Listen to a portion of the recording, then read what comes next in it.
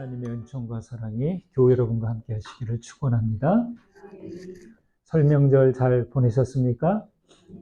네, 감사합니다. 저도 덕분에 잘 보냈습니다.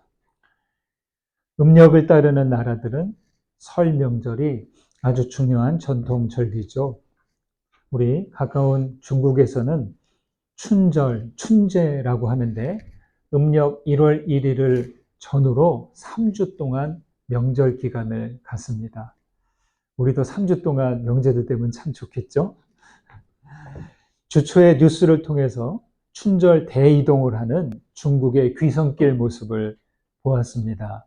뉴스 기사로 나온 것은 폭설로 인해서 한 13,000여 킬로미터의 고속도로가 전면 통제된 거예요. 귀성 차량들이 50시간 동안 도로에 갇혀 있다는 소식이었습니다. 오도 가도 못하는 상태에서 사람들은 차를 버려두고 인근 마을로 찾아갔고, 고속도로 주변에 사는 사람들은 물과 음식을 무료로 전해주기도 했습니다. 또 그 와중에 만삭이었던 임산부는 출산을 했고 길에서요. 또 누군가는 캠핑카를 끌고 가다가 사람들에게 자기 캠핑카에 있는 화장실을 제공해 주는 등의 장면들이 그 뉴스에서 나왔습니다. 그 모습을 보면서 저는 속히 막힌 길이 열리면서 모두가 안전하게 고향길을 찾아갈 수 있기를 기도했습니다. 중국과 같은 규모는 아니지만 우리나라도 명절 때마다 귀성길 정체를 겪어야만 합니다. 여러분은 꽉 막힌 귀성길을 경험해 보셨습니까? 저는 종종 경험해 봤는데요. 귀성길을 힘들게 가는 장면을 보면서 그런 생각이 들었습니다. 폭설에 갇히기도 하고 그렇게 극심한 교통정체를 겪는데 그럼에도 귀성길을 꼭 가야 할까? 여러분 어때야 될까요? 여러분은 어떤 생각이 드십니까? 고향에 있는 가족들은 무리해서 오지 말라고 할 것입니다. 효율성을 생각한다면 무리하지 않아도 된다고 할 수 있겠지만 부모님과 가족들이 있다면 아무리 힘든 여정이라도 가야 하겠죠. 고향을 찾아가는 그 과정 자체가 매우 소중하기 때문입니다. 새에게는 서식지를 찾아가는 귀소 본능이라는 게 있어요. 연어에게도 자기가 태어난 곳을 찾아가는 귀소 본능이 있습니다. 참 신기하고 놀라워요. 그 작은 동물들이 어떻게 자기가 태어난 곳을 수천 킬로미터를 거슬러서 되찾아갈 수 있는지 놀랐습니다. 지금까지 알려진 것은 새는 자기장이나 별자리를 따라 방향을 찾아가고요. 연어는 후각을 이용해서 찾아간다고 합니다. 새들과 연어들이 귀소 능력을 잃고 고향을 찾아가지 못한다면 많이 우울할 것 같아요. 우울할 뿐만이 아니라 그것은 다음 생명을 이어가지 못하는 심각한 문제가 되는 겁니다. 우리 사람은 어떨까요? 사람에게도 고향을 찾아가는 귀소 본능이 있습니다. 그래서 명절 때마다 혹은 어떤 일이 있을 때마다 고향을 찾아가는 것이죠. 누구보다 우리에게는 생명의 출발점 되시는 하나님이 계십니다. 그런 점에서 우리의 신앙은 하나님을 찾아가는 귀소 본능이다. 이렇게 말할 수 있습니다. 그래서 믿음이 없이는 하나님을 찾아갈 수 없는 거죠. 여러분, 새와 연어가 고향을 찾아 먼 길을 가듯이 우리는 영혼의 고향이자 모천이신 하나님께로 향해 가야 합니다. 명절 때마다 귀성길과 귀경길 교통 정체를 겪어야 하지만 이것은 우리가 돌아갈 곳이 어디인지를 확인하고 언젠가는 고향의 고향, 본향을 가기 위한 연습이라고 할 수 있습니다. 여러분, 고향길 다니는 것을 멈추지 마십시오. 무엇보다 하나님 아버지 계신 그 본향으로 나아가는 믿음의 발걸음을 계속해 가시기를 간절히 소망합니다. 인생은요, 하나님께로부터 왔다가 하나님께로 돌아갑니다. 신앙의 여정은 하나님께로 향하는 길을 찾아가는 여정이다. 이렇게 말할 수 있어요. 하지만 하나님께로 가는 길을 잘 찾아간다고 해서 되었다고 할 수 없습니다. 그와 함께 중요한 것은 우리들 다음에 남아서 삶을 살아내야 하는 사람들에게 도움이 될 만한 무언가를 남기는 일입니다. 여러분, 무엇을 남겨주면 좋을까요? 인생을 먼저 산 선배들에게 중요한 무언가를 구한다면 무엇을 요청하시겠습니까? 오늘 말씀은 선지자의 사명을 뜨고 하늘로 올라가는 엘리야와 뒤에 남아 선지자의 사명을 이어가는 엘리사의 이야기입니다. 여러분이 엘리야라면 무엇을 남겨주시겠습니까? 그리고 엘리사라면 무엇을 구하시겠습니까? 하나님께서 엘리야를 데려가실 때가 되었습니다. 엘리야 자신도 이 때를 알고 있고 엘리사와 다른 제자들도 알고 있습니다. 엘리야는 엘리사와 함께 길갈에서 나와 베델로 향합니다. 엘리야는 자신의 마지막 시간을 혼자 보내고 싶어서 엘리사를 계속 떼어놓으려고 합니다. 그래서 길갈에 머물라고 하자 엘리사는 떠나지 않겠다고 합니다. 베델에 와서도 발걸음을 다시 여리고로 향할 때도 엘리사에게 베델에 있으라고 하자 그는 듣지 않습니다. 여리고에 가서도 재차 그곳에 머물라고 말해도 엘리사는 떠나지 않습니다. 엘리사는 엘리야에게 찰싹 붙어서 떨어지지 않습니다. 그렇게 가다 보니까 둘은 요단강에 이르렀습니다. 엘리사는 엘리야를 꼭 붙어서 따라다녔는데 무슨 이유 때문일까요? 오늘 말씀이 우리에게 주는 교훈을 함께 살펴보도록 하겠습니다. 우리 6절 말씀을 보실까요? 같이 읽습니다. 엘리야가 또 엘리사에게 이르되 청하건대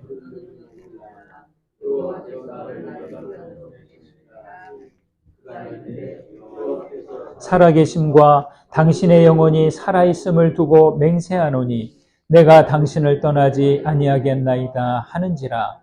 이에 두 사람이 가니라. 엘리야는 길갈과 베델과 여리고에서 엘리사를 떼어놓으려고 했습니다.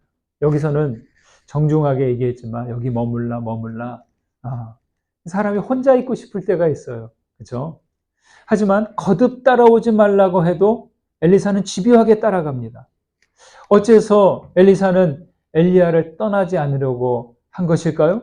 바로 이어지는 구절에서 알 수 있는 것은 엘리사가 엘리야로부터 어떤 능력을 받기 위함이라는 것을 알 수 있습니다. 엘리사는 엘리야를 통해 예언자의 소명을 받았습니다. 하지만 예언자로 부름을 받았는데 그는 자신이 예언자다운 역량이 아주 부족하다. 이거를 알고 있었던 것 같아요. 다른 사람들은 모르나 누구보다도 자신의 수준은 자신이 알죠. 부족함을 압니다. 자기는 아직 아닌데 스승이 떠나면 그 예언자 사명을 감당할 자신이 없었던 것이죠. 아직 모르는 것 투성이고 막막하고 준비가 덜 되었다고 생각했을 것입니다. 상황은 다르지만 저는 엘리사의 이 모습에서 예수께서 순환예고를 하실 때 반대하던 베드로와 제자들의 모습이 겹쳐 보입니다. 예수님의 제자들이 그랬죠. 예수께서 메시아로서 새로운 나라를 세우셔야 하는데 무력하게 죽임을 당한다고 하시니까 그 일은 상상할 수 없었던 것이죠. 또 스승이 없는 상황은 그런 거예요. 자동차 운전자가 사라지는 거예요. 그리고 길 안내자가 사라지는 그런 상황과 같기 때문이죠. 제자들은 아직 부족하다, 한참 멀었다고 하는데 스승은 떠나려고 합니다. 그러나 평생 스승이 제자들 곁에서 챙겨줄 수는 없습니다. 어느 정도가 되면 그 다음은 제자들이 스스로 세상을 살아가야 됩니다. 제자는 스승을 떠나야 할 때가 있고 자녀는 부모를 떠나야 할 때가 옵니다. 떠나서 어떻게 해야 됩니까? 홀로 서는 거죠. 여러분, 떠나보내야 홀로 설 수 있는 겁니다. 이런 이야기가 있습니다. 옛날에 한 임금이 새끼매 2마리를 선물로 받았어요. 그리고 조련사에게 좀 길들여 보라고 지시를 내렸습니다. 그런데 몇 달이 지나도 무슨 이유인지 한 마리는 잘 날아다녀요. 근데 다른 한 마리는 날지를 못하는 거예요. 궁에 들어온 날부터 나뭇가지에 앉아있기만 할 뿐 전혀 움직이지 않아서 먹이도 가져다 주어야 했습니다. 수의사를 불러들여서 혹시 병에 걸린 거 아니야? 해서 확인해 보아도 이상이 없었습니다. 그래서 임금은 매를 날도록 하는 사람에게 상을 주겠다는 방을 붙였습니다. 그래서 한 농부가 찾아왔고 그 다음날 아침에 임금은 정원을 날아다니는 매를 볼 수 있었습니다. 깜짝 놀라서 기적을 행한 그 농부를 만나 묻습니다. 내가 새를 날게 하였느냐? 어떻게 하였는가? 혹시 너는 마법사가 아닌가? 이렇게 물었죠. 농부가 말했습니다. 전하, 그렇게 어려운 일은 아니었습니다. 단지 항상 있는 그 나뭇가지를 잘라 버렸을 뿐입니다. 매는 스스로 날개가 있다는 것을 알게 되었고 그리고 날았습니다. 이렇게 해요. 새가 자기에게 날개가 있다는 것을 잊으면 날 생각을 못하는 거예요. 가지가 없어지는 상황이 되자 그제서야 본능적으로 날개를 움직이게 되면서 날게 되었다는 거죠. 엘리사에게는 스승 엘리야가 안전한 나뭇가지였을지 모릅니다. 여러분, 우리에게도 우리를 안전하게 해주는 나뭇가지가 부러질 때가 있습니다.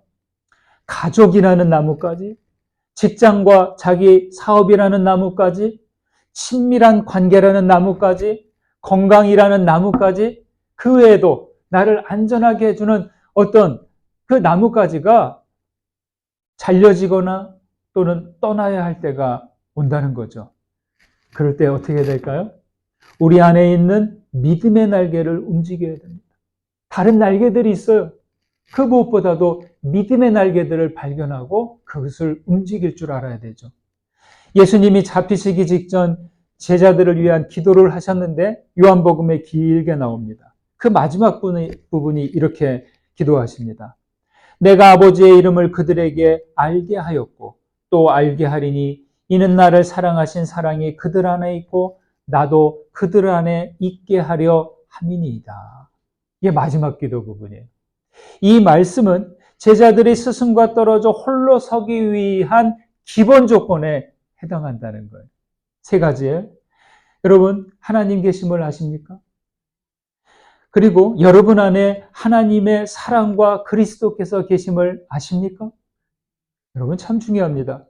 하나님의 계심을 알고, 즉 하나님의 현존하심을 알고 하나님의 사랑과 그리스도께서 내 안에 계심을 안다면 우리는 홀로 섰습니다. 이 사실을 알 때 성령이 나와 함께 하신다는 것, 성령이 임재하고 계시다는 것을 또한 깨닫게 됩니다. 내가 앉아있는 나뭇가지가 잘리게 될지라도 혹은 떠나야 할 때가 올지라도 두려워 마십시오. 여러분에게 날개가 있다는 것을 확인하고 믿음의 날개를 펴고 앞으로 나아가시기를 주님의 이름으로 축원합니다. 그 다음 8절과 9절을 보실까요? 같이 읽습니다. 엘리야가 겉옷을 가지고 말아 물을 치매 물이 이리저리 갈라지고 2 사람이 마른 땅 위로 건너더라. 건너매 엘리야가 엘리사에게 이르되 나를 내게서 데려감을 당하기 전에 내가 내게 어떻게 할지를 구하라.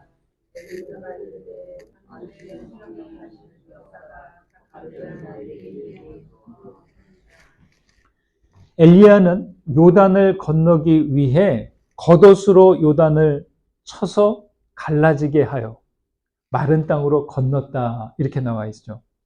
엘리야는 이 겉옷을 엘리사에게 주고 하늘로 올라갔습니다. 겉옷은 앞에 열왕기상 19장에 나오는데 엘리야가 처음 엘리사를 부를 때 자기 겉옷을 엘리사에게 던져 주었습니다. 이게 무슨 행동인가요? 옷이 없기 때문에 건네준 것일까요? 그게 아니죠. 겉옷을 던져준 것은 예언자의 사명을 맡기는 행동이에요. 그리고 동시에 그 예언자로서의 어떤 권세를 물려주는 것이기도 했습니다.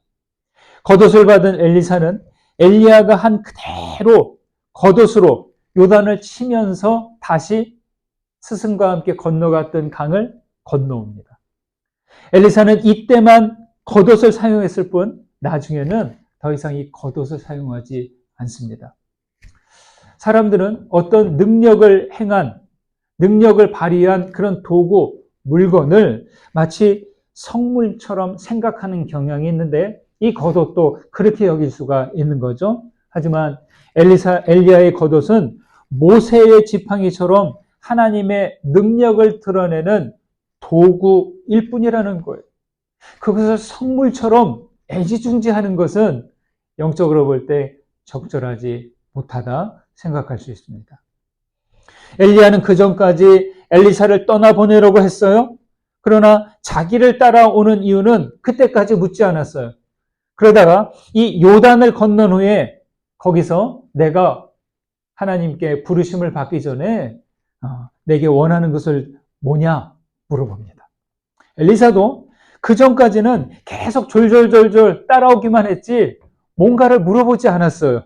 그제서야 말합니다. 이렇게 말하죠. 당신의 성령이 하시는 역사가 갑절이나 내게 있게 하소서. 예, 자기 진짜 본심을 말하는 겁니다. 여기서의 성령의 역사는 어떤 능력, 영감을 뜻하기도 합니다. 엘리사는 엘리야에게 있던 능력을 갑절로 자기에게도 있기를 구한 것이죠. 그런데요, 그냥 들으면 이 엘리사의 요구는 너무 당돌하고 큰 욕심을 부리는 것처럼 들립니다. 그런데요, 그렇지 않다는 거예요. 설사 사심이 담긴 요구라고 해도 엘리야가 들어줄 만한 것이 아닙니다. 그래서 엘리야가 뭐라고 얘기합니까? 참 어려운 것을 구하는구나. 그냥 이렇게 전해줄 수 있는 거면 얼마든지 주겠지만 주고 싶어도 줄 수 없는 게 이런 종류예요. 왜냐? 그 영감과 능력의 주체는 하나님이 주시는 겁니다. 우리가 원한다고 해서 주시는 것이 아니라 충분히 조건이 되고 준비가 되었을 때 주어지는 것이죠. 그래서 여기서 성령이 하시는 역사라고 번역했습니다. 아주 적절한 번역입니다. 여러분, 우리가 성령의 충만함과 성령의 능력을 구할 때가 있지 않습니까? 그렇죠? 그러나 우리가 원한다고 원하는 때에 주어지는 게 아니라는 거예요. 우리는 단지 구하기만 할 뿐이고 하나님께서 부어 주실 것을 기다릴 뿐이죠. 오늘 엘리야의 승천 이야기에서 우리가 주목해야 할 부분이 바로 여기입니다. 그것은 엘리야의 승천은 엘리야의 능력으로 오르는 게 아니라 하나님께서 하시는 일이라는 거예요. 능력과 영감은 하나님께서 주시고 하나님께서 주체가 되신다는 거예요. 그래서 10절에서는 엘리야가 나를 너에게서 데려가시는 것을 보면이라고 합니다. 이 부분을 엘리사가 이해했는지 그도 성령이 하시는 역사가 내게 있게 하소서라고 구합니다. 그러니까 이 능력과 영감이 엘리야도 아니고 자기도 아니고 성령이 하시는 역사라는 것을 분명히 표현하죠. 성령의 역사는 하나님만이 주도하실 수 있기 때문입니다. 여러분, 분별의 기준이 여기에 있습니다. 영적 분별의 그 분별지가 여기에 있다는 것을 기억하십시오. 믿음의 역사, 성령의 역사하심, 하나님 나라의 이루심은 하나님께서 주도하신다는 것을 늘 명심해야 됩니다. 우리는 하나님의 주도하심을 따라 순종해 가는 거죠. 능력을 행한다고 하는 많은 사역자들 가운데 그런 이들이 있습니다. 처음엔 하나님이 하신다고 하나님이 이루셨다고 해요. 그래서 나름의 능력을 드러내기도 해요. 그런데 처음엔 그러다가 어느 순간부터는 자신이 나서서 주도하는 것을 볼 수 있습니다. 마치 자기가 무언가를 다 할 수 있겠다는 듯이 이야기하고 큰 소리를 냅니다. 그것은 하나님을 가장자리로 미루고 자신이 중심이 되려는 일이죠. 이것은 영적으로 매우 매우 위험한 순간입니다. 우리의 신앙생활도 다르지 않습니다. 능력이나 영감이 갑절이나 주어지는 일보다, 물론 그것도 중요해요. 어떤 능력, 은사, 재능, 아주 갑절이나 그것이 좋아지는 게 좋아요. 중요해요. 그런데 그 능력의 중심이신 하나님께 집중할 줄 알아야 돼요. 하나님 없이는 그 능력은 아무것도 아니라는 것이죠. 예언자 느헤미야는 이렇게 말했습니다. 이날은 우리 주의 성일이니 근심하지 말라. 여호와로 인하여 기뻐하는 것이 너희의 힘이니라 라고 했어요. 이사야 선지자도 말했습니다. 주 여호와는 나의 힘이시며 나의 노래시며 나의 구원이시니라. 여러분, 신앙인들은 이것을 놓치면 안 돼요. 하나님은 우리의 힘이십니다. 하나님은 나의 힘이십니다. 여러분, 자동차 바퀴는 어디에 연결되어 있어야 돼요? 엔진에 연결되어 있어야 힘이 있는 거예요. 전기는 발전소에 연결되어야 힘을 얻습니다. 힘의 근원이 어디로부터 오는지를 분명히 알아야 하는 것이죠. 나무는 뿌리에서 힘을 얻습니다. 우리의 믿음도 마찬가지. 뿌리에 연결되지 않으면 믿음이 아무것도 아니에요. 여러분의 믿음의 뿌리는 어디입니까? 우리 믿음의 뿌리는 예수 그리스도입니다. 하나님이십니다. 그래서 믿음은 제가 종종 말씀드리죠. 믿음은 밑힘이에요. 그 밑에 있는 힘이 나의 힘이 되어야 되는 거예요.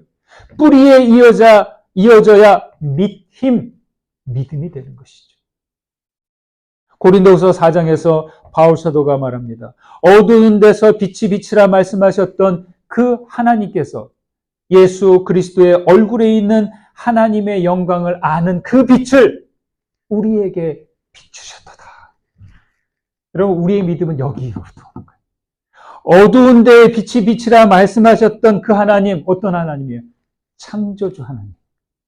창조주 하나님의 그 영광의 빛, 그 영광을 아는 빛을 예수 그리스도를 통하여서 누구에게? 우리에게, 나에게 비추셨어요.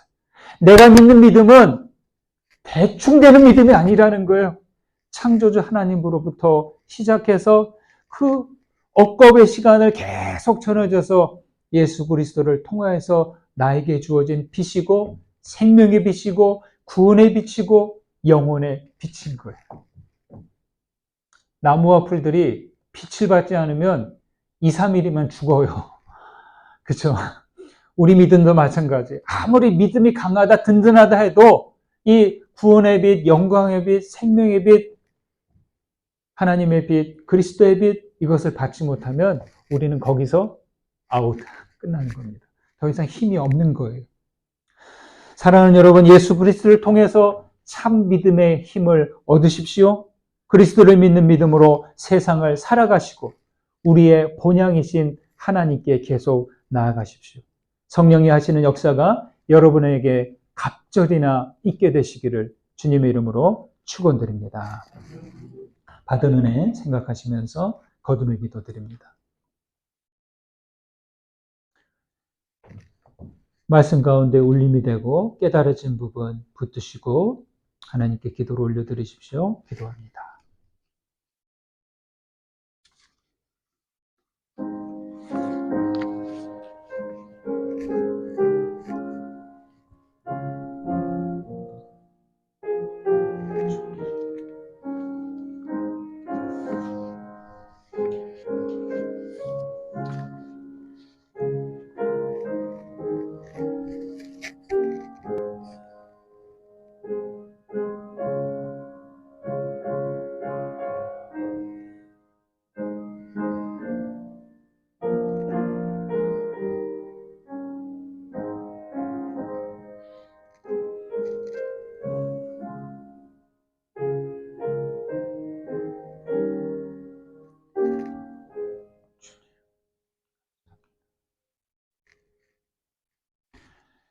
우리의 힘이시며 노래시며 구원이신 하나님 감사합니다. 하나님은 우리의 본향이시오니 본향으로 이르기까지 우리와 동행하여 주옵소서. 주님, 하나님의 사랑과 그리스도께서 우리 안에 계심을 알게 하셨으니 믿음의 날개를 펴고 두려움 없이 나아가도록 인도해 주옵소서. 주님, 그리스도인이라는 겉옷에 만족하지 않고 성령이 하시는 역사가 우리에게 있기를 원합니다. 우리를 주장하시어 믿음의 역사를 이루시고 우리의 믿음이 뿌리 되시는 그리스도께 이어진 참 믿음 되게 하여 주옵소서. 예수 그리스도의 이름으로 기도드립니다. 아멘.